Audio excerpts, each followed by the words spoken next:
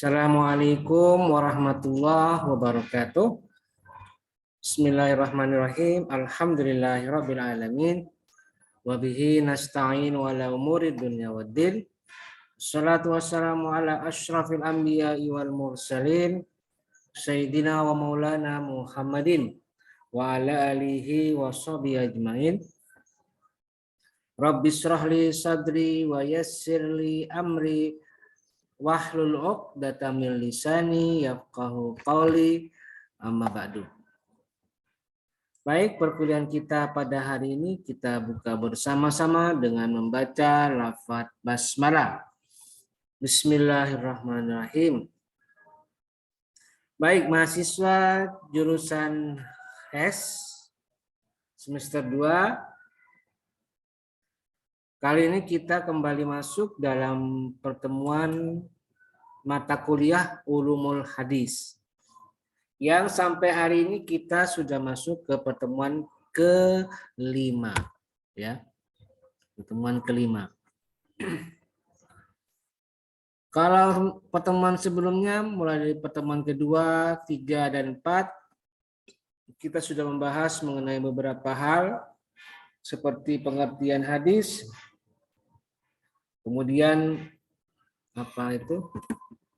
pembahasan tentang kedudukan hadis sebagai sumber ajaran Islam.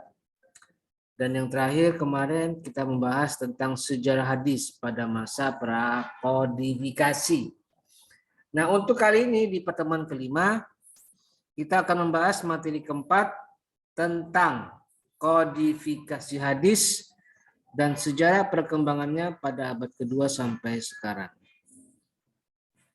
Baik, langsung saya tampilkan ya modul saya. Ini dia. Oke, sebentar. Nah, ini dia. Oke. Bisa lihat semuanya ya. Oke, lihat. Kodifikasi hadis dan sejarah perkembangannya pada abad kedua sampai sekarang. Bahan kajiannya ada 2. 1, sejarah kodifikasi hadis pada abad kedua, ketiga, dan keempat. Dan yang kedua, sejarah kodifikasi hadis mulai abad kelima sampai sekarang. Oke, sebelum kita lanjut ke persoalan sejarah kodifikasi hadis, maka perlu dipertegas dulu apa pengertian dari kodifikasi hadis. Apa sebenarnya kodifikasi hadis? Padahal sebenarnya kalau dilihat kodifikasi hadis itu sudah pernah terjadi di masa Nabi. Atau ketika Nabi pernah menyuruh sahabat-sahabat tertentu untuk menuliskan hadis. Untuk menulis apa hadis itu? Untuk menulis apa yang Nabi ucapkan. Sebenarnya sudah pernah di masa Nabi. Apakah pada masa Nabi itu dianggap sebagai masa sejarah kodifikasi hadis? Tidak. Perlu diketahui, kodifikasi hadis itu bukan terjadi di masa Rasulullah ataupun di masa sahabat. Tapi nanti akan saya jelaskan. Nah, perlu dijelaskan dulu apa pengertian kodifikasi hadis. Ini dia. Yang dimaksud dengan kodifikasi hadis di sini adalah penyusunan, pengumpulan, dan penulisan hadis secara resmi berdasarkan perintah Khalifah Umar bin Abdul Aziz. Khalifah Umar bin Abdul Aziz dengan melibatkan pihak-pihak yang ahli dalam masalah hadis. Jadi tonggaknya adalah ketika seorang khalifah di masa Bani Umayyah itu memerintahkan kepada para ahli untuk membukukan hadis. Dan disitulah awal mula dibukukannya hadis. Atau sebenarnya bukan dibukukan, dimulainya proyek pembuatan buku hadis atau pengumpulan hadis. Memang sudah pernah terjadi di masa sahabat Nabi, masa Rasul, ada 1, 2, 3 orang sahabat ditunjuk oleh beliau, oleh Rasulullah untuk menulis hadis. Tapi tidak secara terstruktur ya, hanya bersifat sporadis. Hanya beberapa sahabat saja yang ditunjuk untuk menulis hadis. Karena pertimbangannya, sahabat inilah yang dianggap mumpuni dalam hal penyusunan hadis, penulisan hadis. Karena ini bukan main-main. Tidak semua orang punya keahlian yang cakap, keahlian yang cukup dalam membukukan hadis. Perlu keahlian tertentu, perlu ketelatenan, perlu keseriusan. Dan tidak semua sahabat telaten dan serius. Maka dari itu Nabi tidak memerintahkan semua umat untuk membuat hadis, menyusun hadis atau menulis hadis, tetapi hanya beberapa gelintir sahabat saja. Nah, di masa Umar bin Abdul Aziz ini sudah mulai diseragamkan. Jadi ketika Khalifah Umar memerintahkan, hai para pemimpin dan ulama, silakan kita akan memulai proyek pembukuan hadis.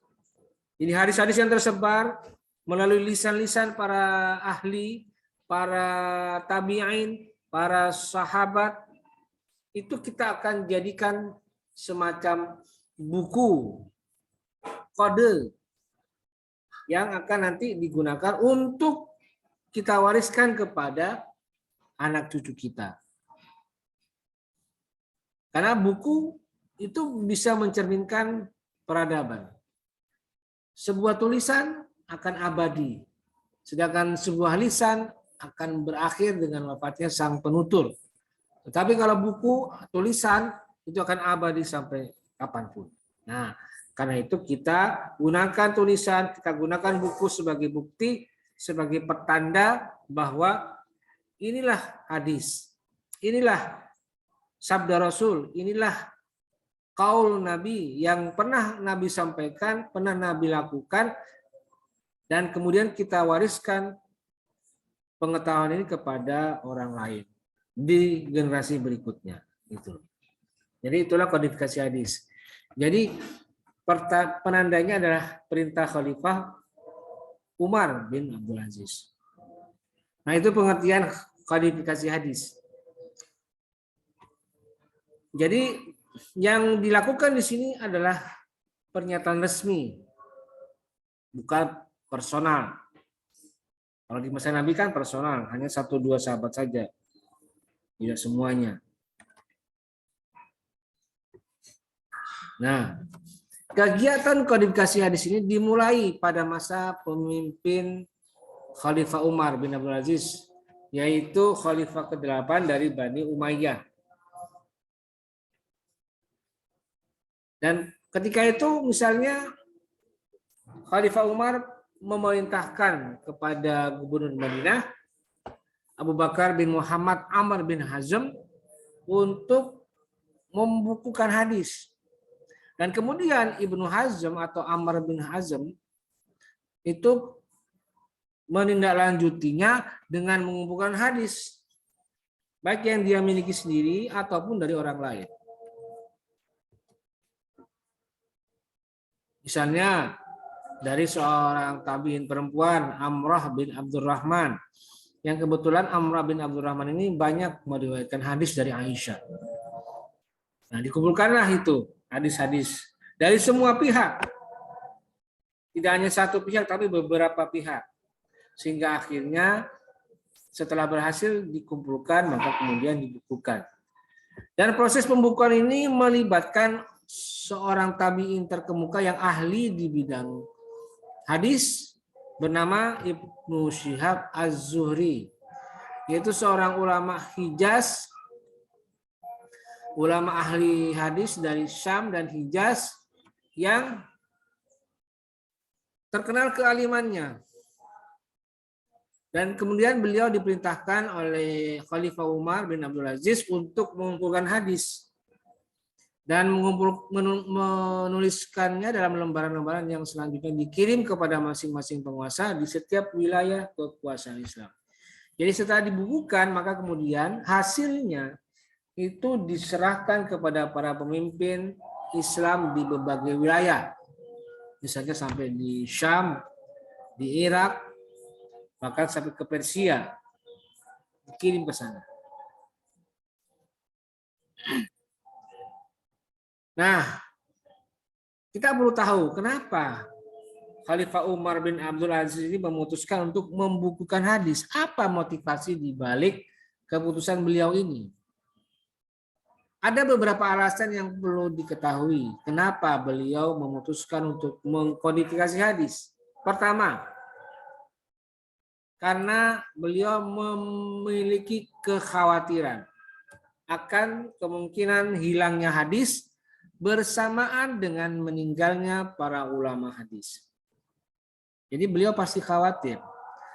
Semakin lama, semakin hari, makin banyak ahli hadis yang wafat. Sehingga ilmu mereka tidak akan bisa ditunjukkan, tidak akan bisa ditampilkan kepada ahli-ahli berikutnya. Maka saya khawatir. Nah, maka dari itu beliau memutuskan untuk membukukan hadis. Itu alasan pertama. Alasan kedua adalah karena beliau khawatir semakin banyak di masa beliau memimpin kekhalifahan Bani Umayyah, banyak sekali hadis-hadis palsu atau hadis maudhu. Beliau khawatir jika tidak dibukukan hadis-hadis Nabi ini, maka nanti di masa depan, di era selanjutnya, akan tidak semakin kelihatan jelas mana hadis yang asli dari Nabi dan mana hadis maudhu. Sehingga pertikaian elit, pertikaian politik, pertikaian ideologi antar kelompok itu semakin kuat, bahkan berkat didukung oleh hadis-hadis palsu. Karena itu karena itu Khalifah memutuskan untuk menghindari terjadinya percampuran antara hadis palsu dan hadis asli, maka beliau memutuskan untuk membukukan hadis. Nah, itu alasan kedua. Dan yang ketiga alasannya adalah karena semakin luasnya daerah kekuasaan Islam. Sementara kemampuan para tabi'in antara satu dengan yang lainnya tidak sama. Maka dari itu jelas dibutuhkan adanya kodifikasi. Kelompok A misalnya, orang yang kuat hafalannya tidak banyak. Kelompok B, orang yang kuat hafalannya banyak. Maka mungkin saja kelompok yang memiliki orang yang hafalannya kuat pasti akan lebih mengungguli dibandingkan yang tidak banyak. Maka dari itu, untuk menghindari kesenjangan di antara kelompok dan untuk menciptakan persatuan di antara umat Islam, maka dibukukanlah hadis supaya ini bisa dipakai bersama-sama. Mari kita gunakan untuk mensyiarkan ajaran Islam di berbagai wilayah. Kenapa? Karena mereka sudah punya buku pedomannya. Dan buku pedoman itu adalah hadis. Ya. Itu alasan ketiga dari Khalifah Umar bin Abdul Aziz mengapa beliau memutuskan untuk memulai proyek kodifikasi hadis. Nah, itu alasan-alasannya yang digunakan. Dan itu semua terjadi di abad kedua Hijriah. Di abad kedua Hijriah. Sekitar 200 tahun setelah hijrahnya Nabi, maksudnya seperti itu. Dan disitulah di abad kedua Hijriah ditandai sebagai era dimulainya perkembangan dan pertumbuhan hadis. Yang dimana di situ banyak sekali mulai muncul pusat-pusat pengembangan hadis. Dan otomatis pusat-pusat pengembangan hadis ini otomatis juga memunculkan tokoh-tokoh di masing-masing wilayah, di masing-masing kota. Misalnya Ibnu Jurayj, Abu Ishaq itu di Mekah. Di Madinah ada Imam Malik. Di Basra ada Ar-Rabi bin Shabih dan Hammad bin Salamah. Di Kufah ada Sufyan Ats-Tsauri dan di Al-Auza'i di Syam dan lain-lain. Itu tokoh-tokohnya. Nah, sekarang bagaimana ciri-ciri kitab hadis yang ditulis pada abad kedua? Apa ciri-cirinya? Nah, ciri-ciri utama kitab hadis yang ditulis pada abad kedua Hijriah itu adalah bahwa kitab yang ditulis pada abad kedua ini itu masih bercampur antara hadis Rasul dengan fatwa sahabat dan tabi'in. Jadi masih campur aduk. Apakah ini sabda Rasul ataukah justru hanya sahabat dan tabi'in yang mengucapkan. Itu masih simpang siur di antara keduanya. Dan belum ada klasifikasi mana hadis sahih, mana hadis hasan, dan mana hadis dhaif. Tidak ada. Tidak ada catatan ini hadisnya dhaif, ini hadisnya hasan, ini hadisnya sahih, tidak ada. Pokoknya semua hadis masukkan. Itu ciri-ciri kitab hadis yang ditulis pada abad kedua. Contohnya kitab yang terkenal di abad kedua adalah Al-Muwatta karangan Imam Malik atau Musnadus Syafi'i kalangan Imam Malik, Imam Syafi'i, maaf, Imam Syafi'i.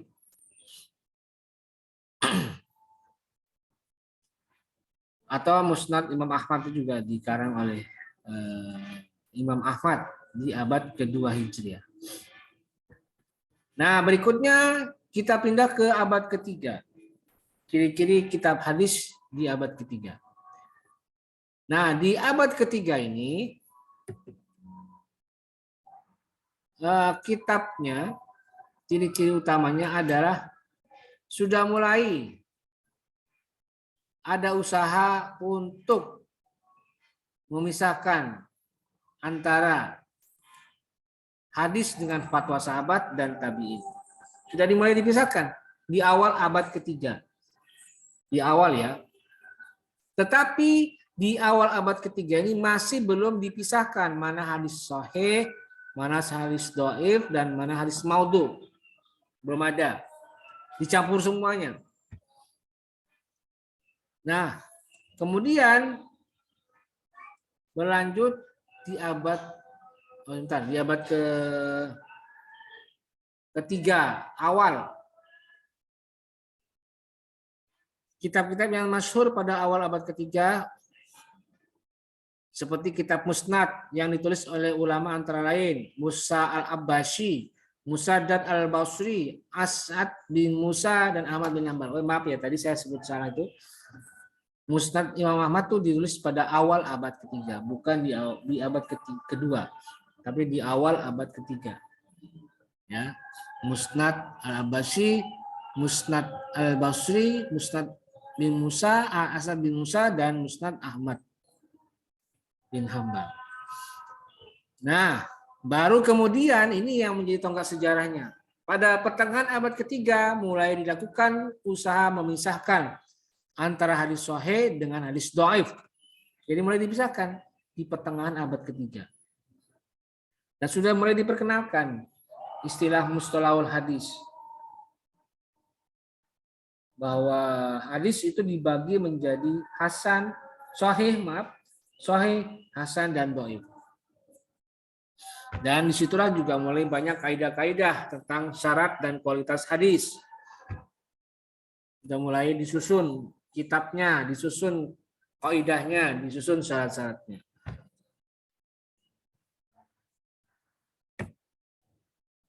Nah, misalnya kitab Imam Bukhari Al-Jamus Sahih atau kitabnya Imam Muslim Al-Jamus Sahih, itu semua ditulis di pertengahan abad ketiga. Nah, selain kitab Musnad dan kitab Sahih, di abad ketiga ini juga muncul kitab Sunan yang ditulis oleh ahli-ahli hadis seperti Abu Daud, At-Tirmizi, An-Nasai, dan Ibnu Majah. Ada kitab Musnad, kitab Sahih, dan kitab Sunan. Nah, apa bedanya antara kitab Musnad, kitab Sahih, dan kitab Sunan? Kita lihat perbedaannya. Kalau kitab Musnad itu adalah kitab yang ditulis, kitab yang ditulis atau kitab yang mengumpulkan segala macam hadis, semuanya baik hadis sahih, hadis hasan, dan hadis dhaif. Itu ada di kitab musnad. Tidak terkecuali. Itu ciri khasnya. Sedangkan kalau kitab sahih itu pasti kitab hadis yang hanya merangkum hadis-hadis sahih saja. Ya. Sedangkan kalau kitab sunan itu kitab hadis yang merangkum segala macam hadis kecuali hadis yang sangat dhaif dan sangat mungkar. Jadi kalau kitabnya itu hadisnya itu maudhu itu tidak ada di kitab sunan. Kalau kitabnya itu hadisnya itu kemungkarannya sudah sangat tinggi itu tidak akan ada di dalam kitab sunan.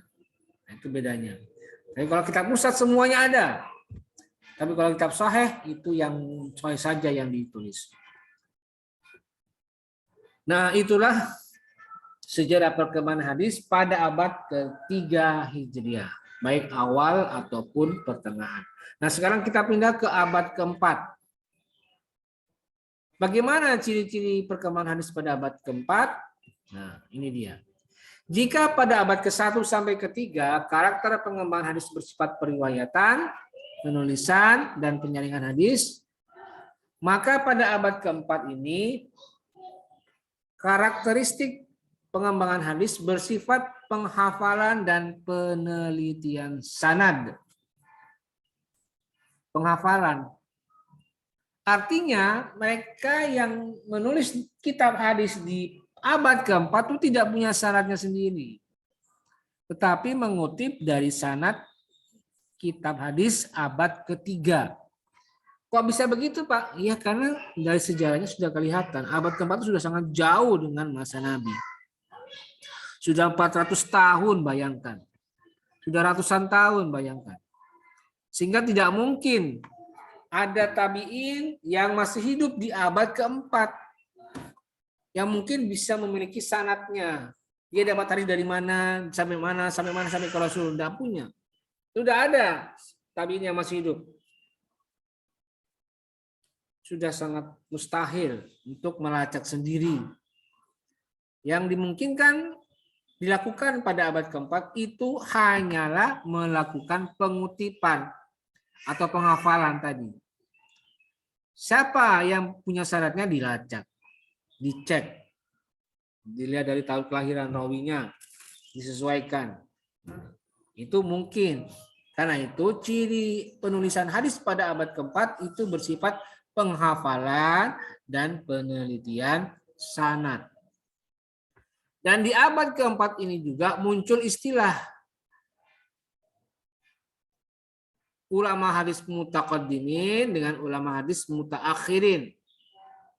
Siapa mereka? Ulama mutaqaddimin adalah ahli hadis yang hidup pada abad ke-1 sampai ke-3.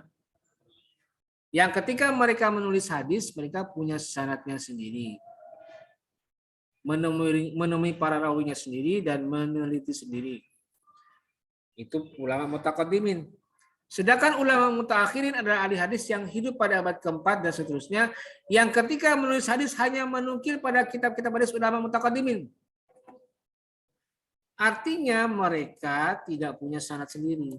Jadi mereka numpang atau mengutip sanad dari ulama mutaqaddimin.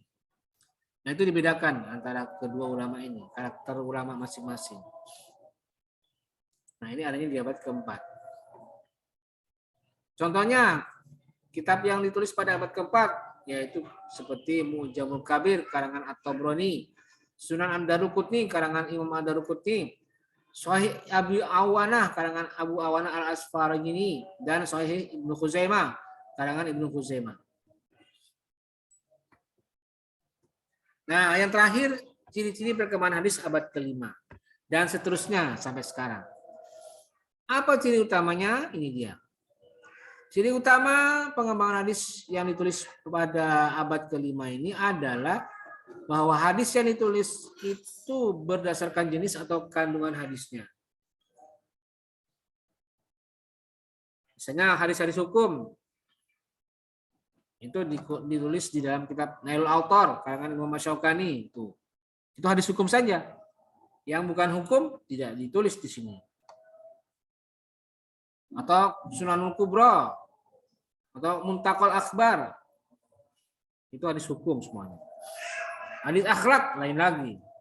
Hadis tentang zikir lain lagi. Hadis tentang ibadah lain lagi.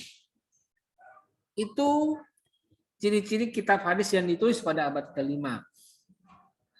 Dan yang berikutnya yang masih terkait dengan ciri-ciri hadis yang ditulis pada abad ke-5 adalah ini juga. Ada kitab-kitab hadis yang secara khusus menjadi contoh kamus hadis, ya.